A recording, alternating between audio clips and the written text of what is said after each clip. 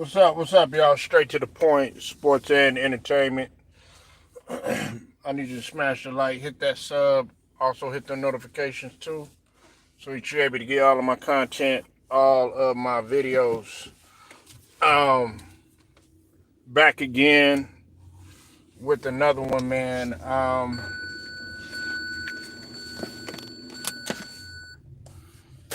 Before I go ahead and get this started, man, let me give a shout out to a couple of people, man. Let me give a shout out to the brother Cypress TV. He was the one that put me on this first. If you're not sub to Cypress TV, definitely go sub to his channel. Also want to give a shout out to the brother Too Raw for TV too as well. He also broke the story too as well. All right, let's talk about it, man.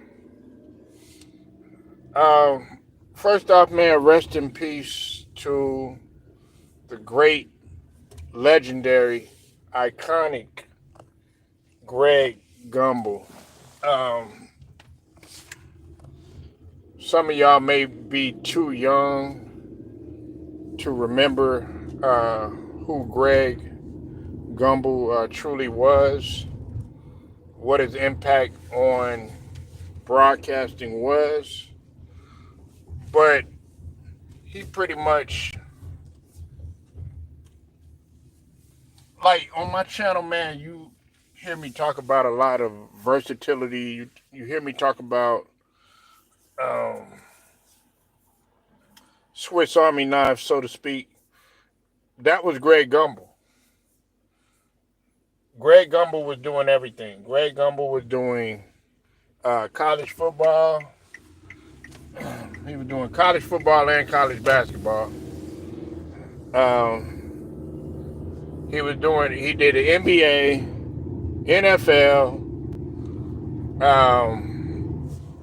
He would call the game. In his early life, he did odd jobs before that. Hey, what's up with it? What's up, Ted? I see you in here. Um, and this guy was phenomenal. Now, one of the reasons why I'm giving Tura his flowers on this, man, is because he said something, man, that was very key.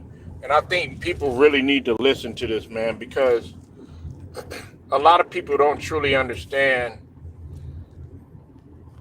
how difficult it is to be a broadcaster and be able to mix it up and do different sports, because you have to be on point with everything. And even though that you might be a moderator or you might just be the host, you still got to be on your shit. When he was saying that, a lot of people, they called him and his brother buck dancers and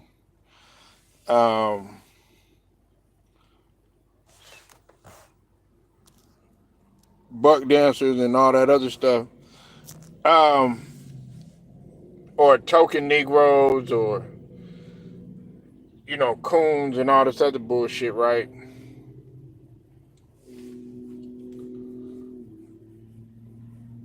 They weren't that, and I'm talking about him and his brother, man.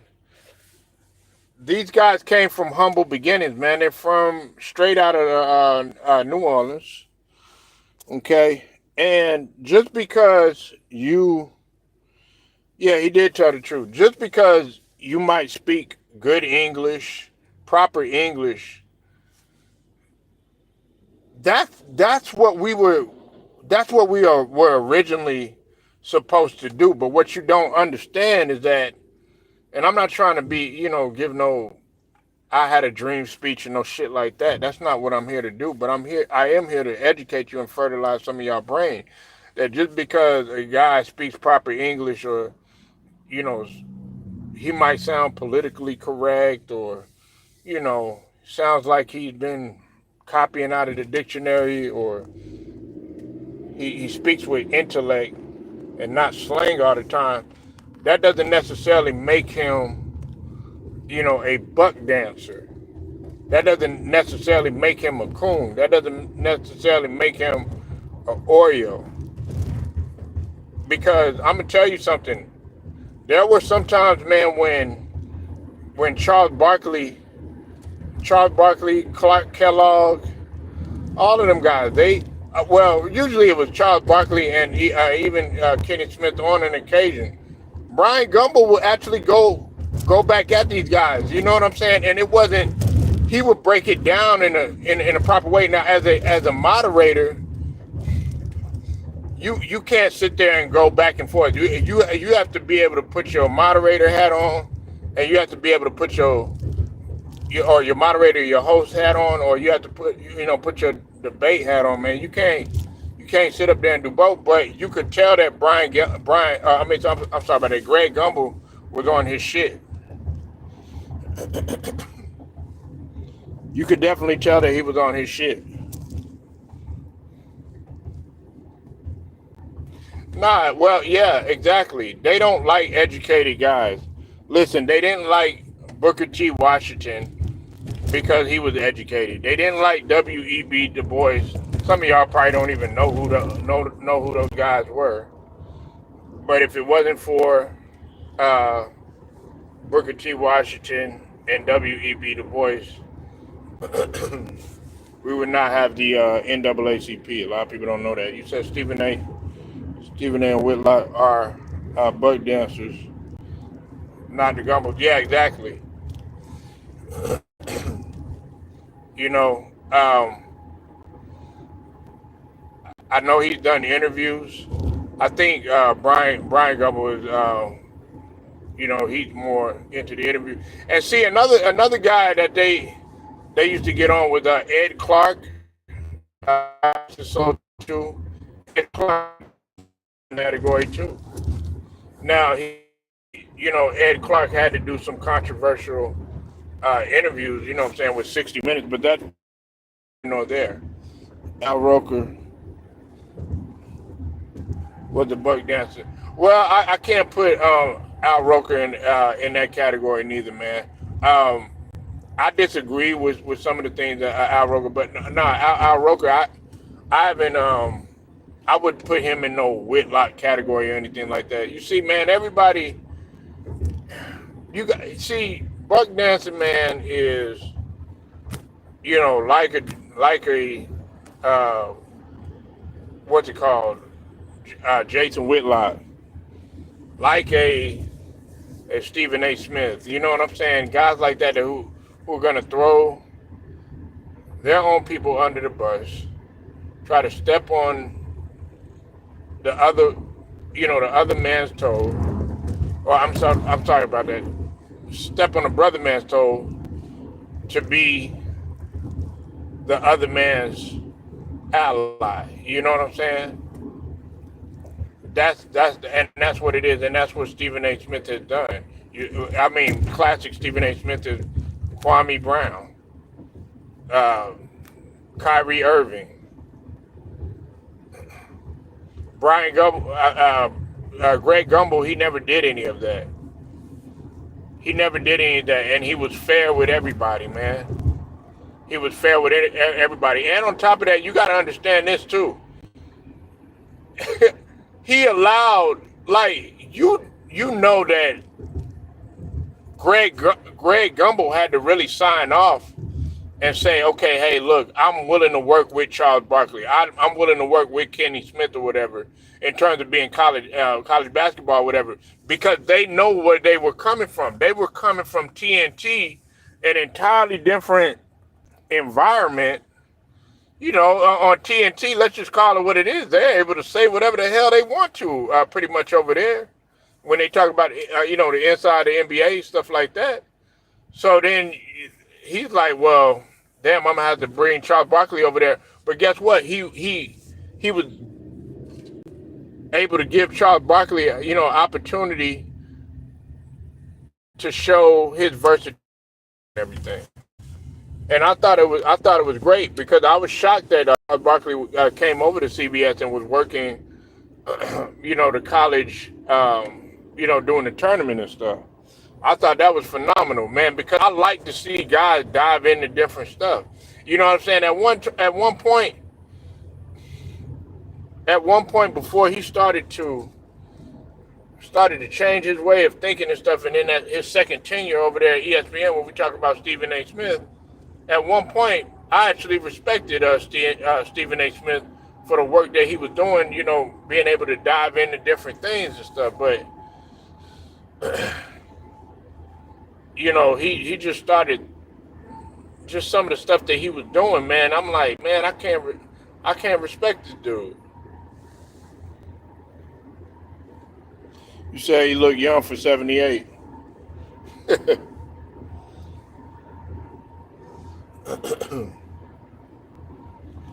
But man, shout out to, Greg Gumbel, man. And I don't know what happened, man. I don't like, I don't know. Uh,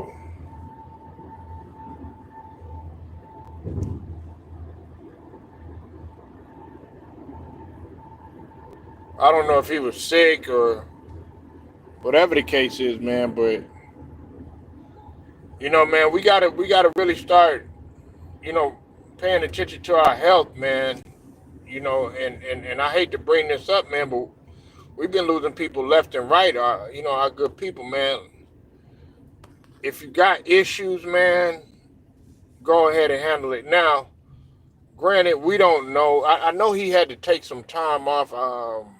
He wasn't going to, he wasn't going to return or something like that, and it was because of, I guess, a family illness or something like that they had said. But said Gumbels went through a lot of bull to make it. Well, yeah, they went through a lot, man. I grew up on both of those guys. You know, I grew up on them. I grew up. That's why, like, I'm not gonna sit up here and call, um, like people, they'll say Michael Strahan is a buck dancer. That's stupid. They'll say Robin Roberts is a buck dancer. No, she's not. You know what I'm saying? Al Roker. I can't say that he is, Ted. You know what I'm saying? Robin Roberts actually was fighting for her life.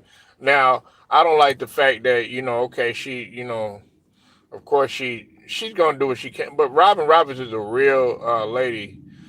A friend of the family knows Robin Roberts. I never met Robin Roberts, but I haven't heard anything bad about Robin Roberts. You know, I haven't heard anything bad about Robin Roberts. But I know that she was fighting. Now, if you say somebody like Gail, yes, she definitely a buck dancer. Even though she thick, she's a buck dancer. She'll throw her people under the bus.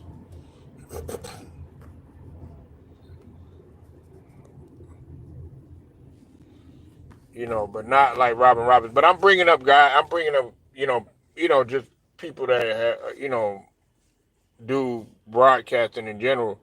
Because you guys think about it, Robin Roberts, she started off at ESPN. And she started doing sports and stuff. She was on Sports Center. I grew up on Robin Roberts. Said Gail King. Yeah, of course she is, and Malika Andrews is too. You know, Now see, the opposite of that is Monica McNutt, and that's another thing, man. I want Monica McNutt. Why they got Monica McNutt going when Stephen A. Smith and all them are on vacation? No, Monica McNutt needs to be a regular person on that show on First Take. I think it was because Monica McNutt had cooked Stephen A. Smith so bad. You said Stuart Scott. Nah. God rest his soul. Stuart Scott was not a buck dancer at all. Nah, Stuart Scott. That was my guy right there. God rest his soul too. That's another guy. Now, matter of fact, Stuart Scott pushed the envelope. He pushed the envelope. He made it. He made it cool for guys to use phrases like catchphrases and ad lib stuff like boom, shakalaka, and all that. The NBA Jam stuff. um, or he'll sing the song. You know what I'm saying? He be like, "Is it worth it? Is it worth it? Put my thing down, flip it, and reverse it." That type shit. You know what I'm saying? He made it cool. And Stuart Scott, he pushed the envelope while everybody, like Keith Overman and all them other guys, they were looking at him like, man, what is this guy doing? Yeah, man, and he battled to the end. He battled to the end, man. That's what I give credit to Stuart Scott, man. He battled to the end. It was sad, man. It was sad, man. He was still in the gym, still working out, man.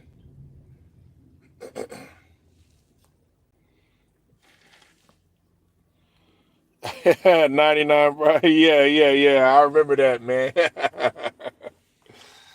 Yeah, I remember that. I definitely remember that. But man, like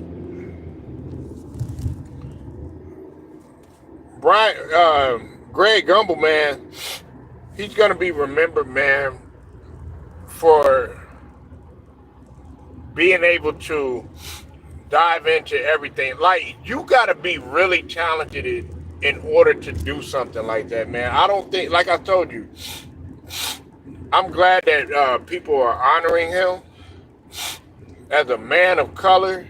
Like, I think he was the first uh, African American, first black to call. I forget which game it was,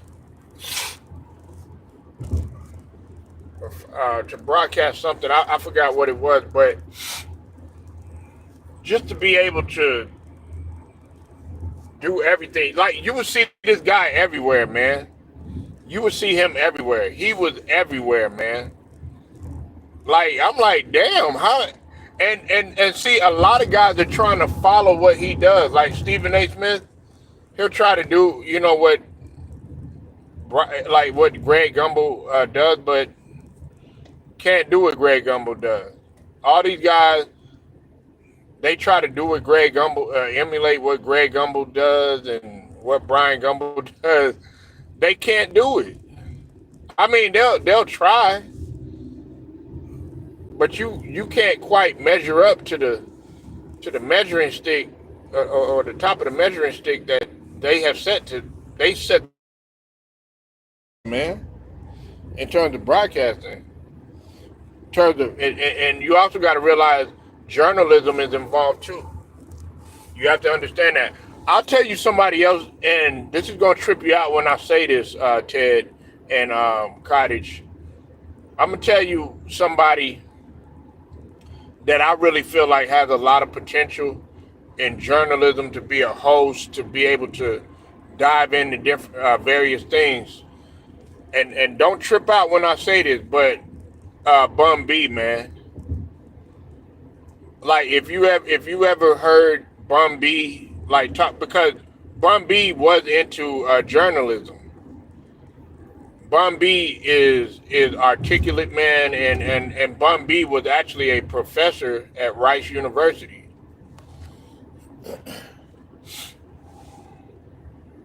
50 years, man, that's a long time.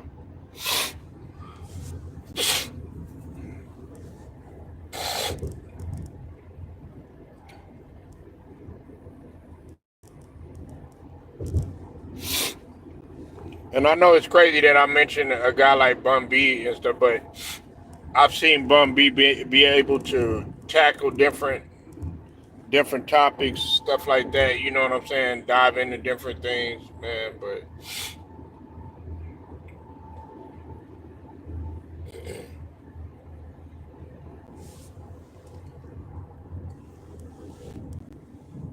But yeah, man. R.I.P. To Greg Gumbel, man. Like I said, I never met Greg Gumbel. I met James Brown. My mom actually knows. She's pretty cool with James Brown. The other analyst, he's pretty good at what he does too. Um, the NFL broadcaster too, James Brown. But I had an opportunity to meet him, but I never met the Gumbels, man. I would have liked to meet Brian Gumbel and Greg Gumbel, man.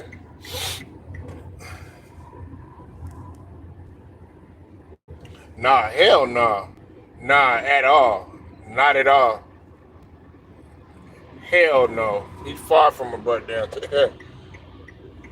My mom wouldn't even be cool with anybody like that.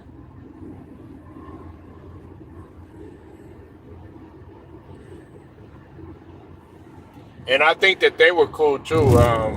James Brown and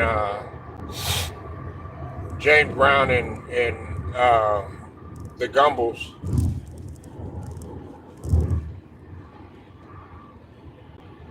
Yeah, it's a lot of work, man. It's a lot of work, man. You like a lot of people think that like broadcasting and being analyst is easy. It's not easy. One guy that I could respect that's actually starting to get better, and he's starting to kind of move the needle a bit. Y'all can say what you want to. It's Kendrick Perkins. I think Kendrick Perkins is doing a phenomenal job. You can tell Kendrick Perkins, he loves what he does, man. See, at first you would look at Kendrick Perkins, uh, Kendrick Perkins being from Texas. You look at Kendrick Perkins as like a guy like after basketball just to be like security or be a bouncer at a club or something like that. Man. Yeah, I mean, let's just call it what it is, man. Them guys from like Beaumont and Woodville and down there in H Town and them guys like to fight. But he was able to, show that okay, he could do it. Look, he took a little bit of clowning. People gonna talk about how slow, he got the draw and everything like that. I mean, hell, they talk about me. They're like, speed it up, speed it up, speed it up. Man, look, dog, we can't help where we come from. I mean, you either love it or hate it. Like that motherfucker that came on here the other day. Look, I'm just in a relaxed state most of the time. I when I need to. You know what I'm saying? And I'm not gonna speed it up for a motherfucker that I don't know. But I think what that motherfucker called me a country bunkin or some bullshit like that. I'm like, motherfucker, yeah, you think you come down here, man, you get hit with a rude awakening thinking that shit is country or whatever. And even if you were to come down to the country, man, we'll give you some good old country fried chicken. You know what I'm saying? And fry your ass too. But Kendrick Perkins has really worked on what he's done. He's gotten a lot better. He's starting, I mean, he's always sometimes went against the grain, but he's starting to go more against the grain in terms of the whole LeBron James thing. At first, you know what I'm saying, he was talking about LeBron James and being on his team and all that other stuff, but now he's really calling the bullshit out.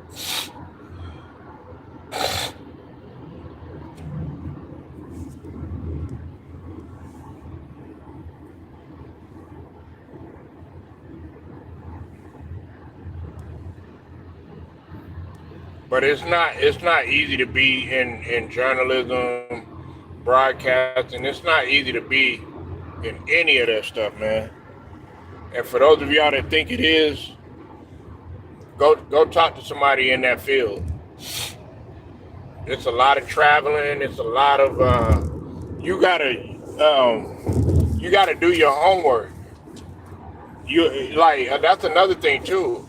You have to do your homework. You have to know these guys. Like you're often here in interviews and stuff. They'll be like, "Wow, somebody's been doing their homework." You know, they'll say some shit like that. That's because they're gonna do research and stuff like that. They gonna do shit that you might have forgot. They gonna do shit research on shit that you ain't even know about yourself.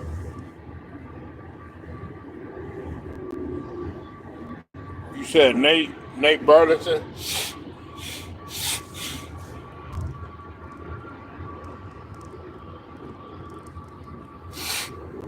Yeah, man. I mean, it's not easy, Ted, man. You know, and you might not like Skip Bayless. I mean, hell, I'm not a fan of some of the things he does, but you gotta respect what Skip Bayless does. You don't have to respect him as an individual. I mean, Skip Bayless pretty much he's played the villain role. I mean, now you don't hear about him that much anymore. You know what I'm saying? I mean, he got his channel and stuff, but let's just call it what it is, man. Ever since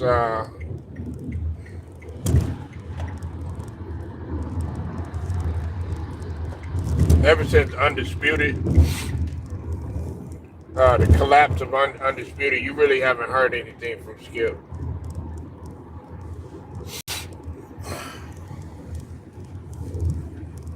But Skip Bayless, man, you gotta respect what he does. You don't have to necessarily respect him as a person, or even like him for that matter, because a lot of people don't.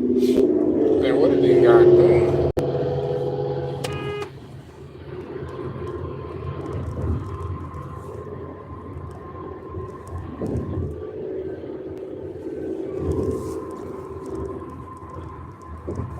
But I want to talk about something else, man. I want to talk about SGA, man.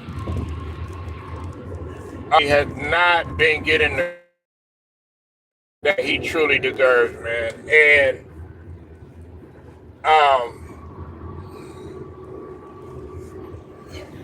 I was listening to Too Raw for TV, man, and he said something.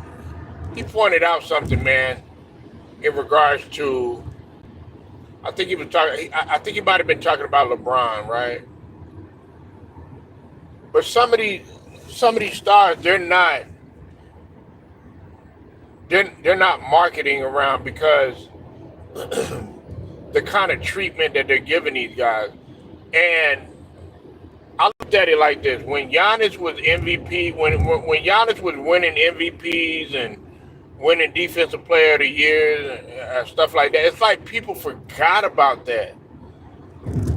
You know, even when Giannis won a championship, they had a hard time saying that he was the best player in the league. Why? Because Giannis doesn't have a jumper. Giannis doesn't have a bag. Okay, well, what about SGA, right? Y'all are giving SGA the same treatment. SGA, he also is. I think they got OKC has the second best record in the league. They got the second best record in the league, right? And not only that,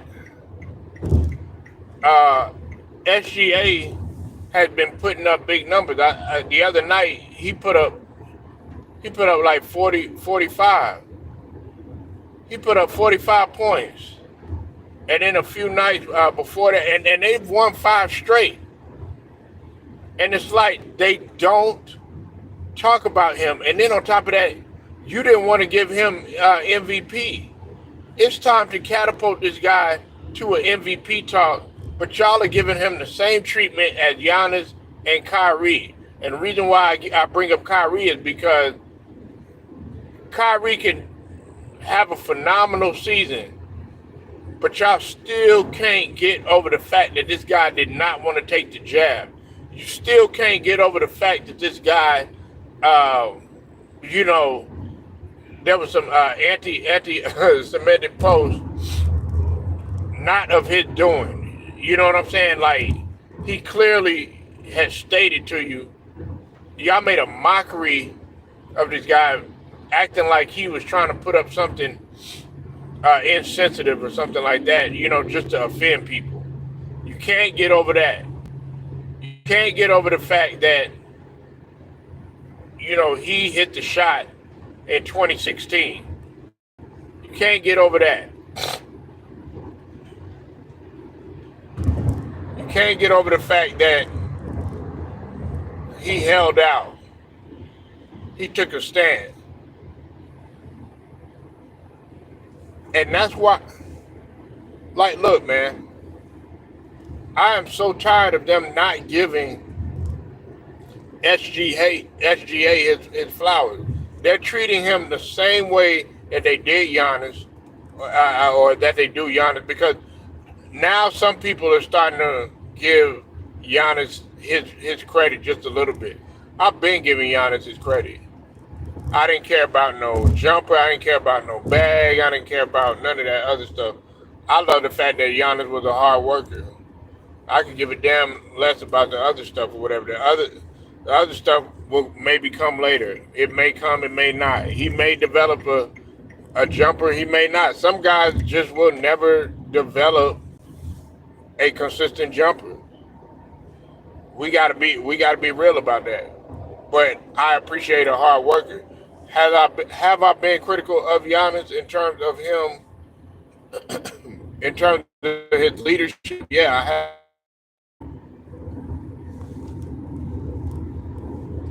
You said SGA, OKC has the best record in basketball out west. Yeah, out west. But the Cavs still have the best record in the NBA. Got the best record in the NBA.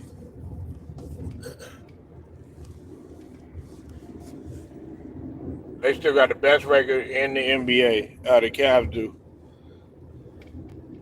Now, we all know that the majors, the NBA, they don't want to see and the fans too, they don't want to see OKC, and they don't want to see the Cleveland Cavaliers. They don't want to see that, man. Let's just be real. I wouldn't mind seeing it, but people aren't going to tune in. They didn't tune in last year when it came to Boston and when it came to Dallas.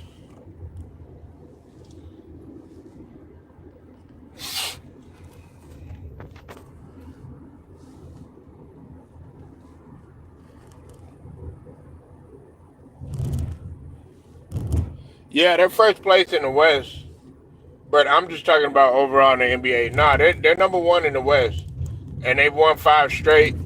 Houston done won 5 straight. They're just now starting to give Houston their credit. Like last year, I already saw where Houston was going. We saw the direction that Houston was going. I already knew that Ime Udoka was gonna turn that team around. I already knew that off top.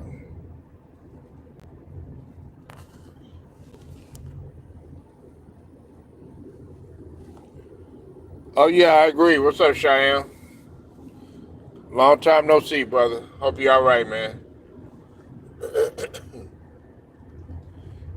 But yeah, Adam Silver, more so Adam Silver too. We already know about LeBron. LeBron is on his way out, man. I mean, for those of y'all that are anxious for him to go, don't worry, man. He's leaving pretty soon. Um, but I will say this though, LeBron, in a sense, I think LVG was talking about this, man. Shout out to LVG. he's good in the sense of being somebody that a lot of people can hate on. Like when Mayweather was on his way towards the end of his career or whatever, there wasn't people rooting for Mayweather to win the fight. They wanted Mayweather to lose, man. More often than none, people tuned in for the for Money Mayweather to lose. They were not rooting. They were not rooting for Mayweather to win, and they like that aspect of the villain. But the ratings are just not good, man, because they're not promoting anybody else. They're not promoting anybody else.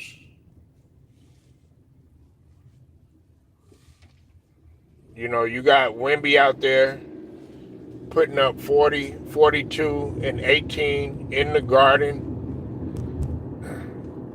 That needs to be looked at. You got Anthony Edwards putting on a show. That needs to be marked. That needs to be recognized.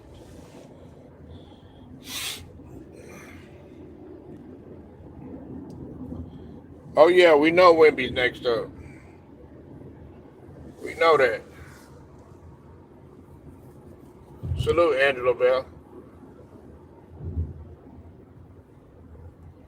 Yeah, Wimby. It's Wimby's time, man. Not quite yet. You know what I'm saying? Like, but he'll be able to carry. He'll be able to carry the league. You know what I'm saying? He'll be able to carry the league. But it's just that we also got to look at it from a perspective too of okay, who's you're not gonna find very many 7'4" guys. You know what I'm saying? You're not gonna find a lot of 7'3", 7'4" guys or whatever. So you got to look at it from that aspect. You'll find some 6'8", 6'9" guys. You know what I'm saying? And I'm talking about you'll find a whole bunch of 6'6" guys. Reason why I mentioned that is okay.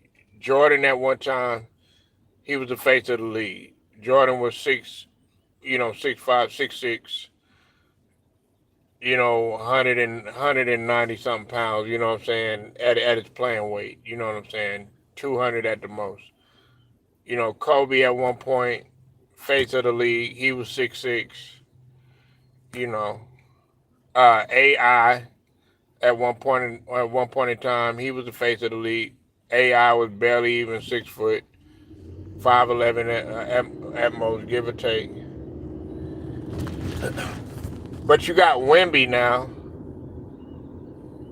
You got Wimby, who's 7'4". You know what I'm saying? You're not gonna find a lot of 7'4" guys. You're just not. And they want to find a guy too that is also relatable. Like with Anthony Edwards, there's a lot of people that are 6'4", 6'5" in this world. Actually 6'4", 6'3", and 6'4" is starting to be more common now. Believe it or not, there was a point in time when 6'4" was really not that common. You know what I'm saying? I'm talking about in the U.S. and everything.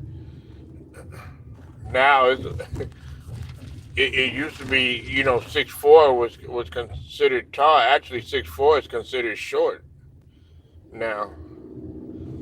6'4", 6'5". I mean, as crazy as it sounds, I mean they would consider what 6 foot, 5'11". You know what I'm saying? A midget or short or whatever. Now they consider that a midget.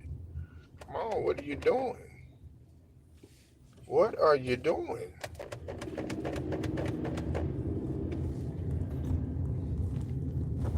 Pay attention and learn how to drive.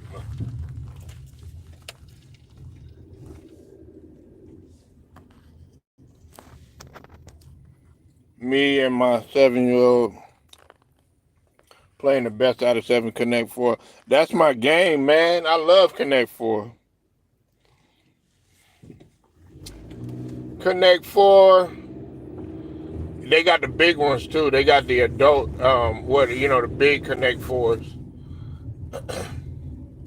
But what's it called? Wimby is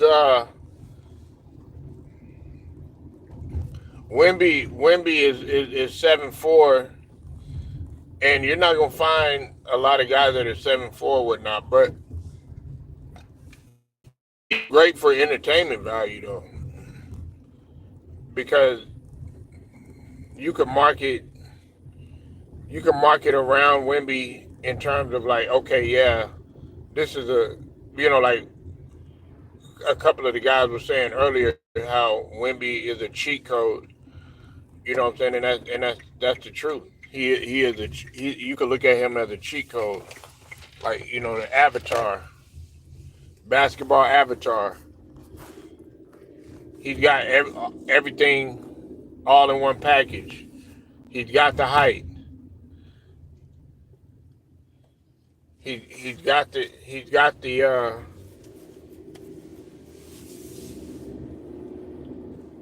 shot. He's got the skill set. He's got great feel for the game. He's got determination. He's got hustle. He's got tenacity. I mean, he's got intellect. You know what I'm saying? And the guy's a winner. What more do you want? I don't see Wemby being a guy, man, to where people start to hate his personality. Like, I think this is gonna be my next video, because me and Ted were talking about this a while back. We were talking about how Delonte West might have been LeBron James' uh, reason for him being so cutthroat towards his teammates. I think that's gonna be my next one I'm gonna talk about. Palo gotta stay healthy for the Magic. Also, yeah, he gotta stay healthy, man. The Magic are depleted though, man. Wagner's out. I think Wagner's out for the season.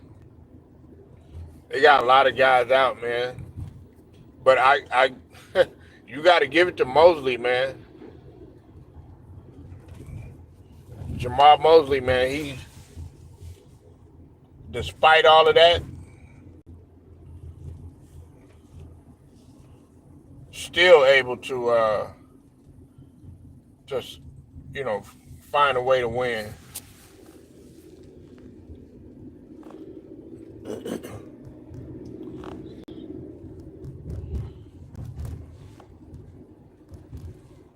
Yeah, I think he played.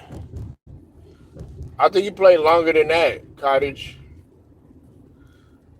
He played in the league more than 4 years. I think he played longer than that.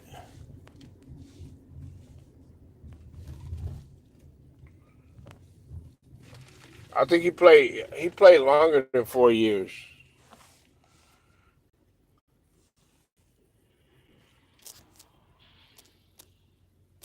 He played in the league 8 years. He played in the league 8 years. He came in 04. He came in 04 and he stopped playing in 2012.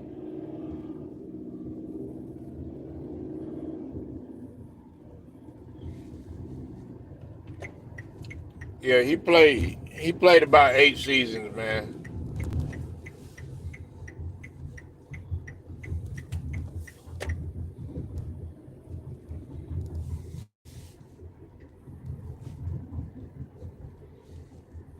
He played about 8 seasons.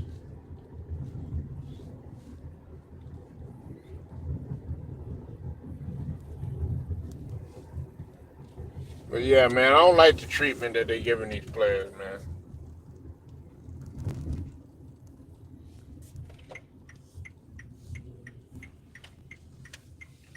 I don't like the treatment that they're giving these, SGA. Um, of course, I don't like the way they're doing Kyrie, but Kyrie does have to step it up, man. And when next time he plays in the finals, man, or if he plays again in the finals, he can't have a performance like he did. And like I said, y'all know I love some Kyrie, man, but I'm gonna he gonna get the criticism though. He got to get the smoke, man.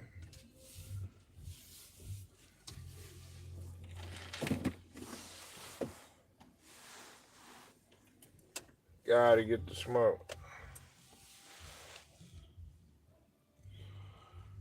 Yeah, he is. I mean, he's not. I think SGA is 26. Well, he got a couple more years until he's 30. I think he's 26, 27. But yeah, man, I'm going to go ahead and roll out of here. Make sure y'all hit that like. Sub to the channel if you're not a member. Also hit the notifications too. Straight to the point, sports and entertainment. Shouts out to the whole entire Lions Den basketball and boxing community. Till then, man, I'm out.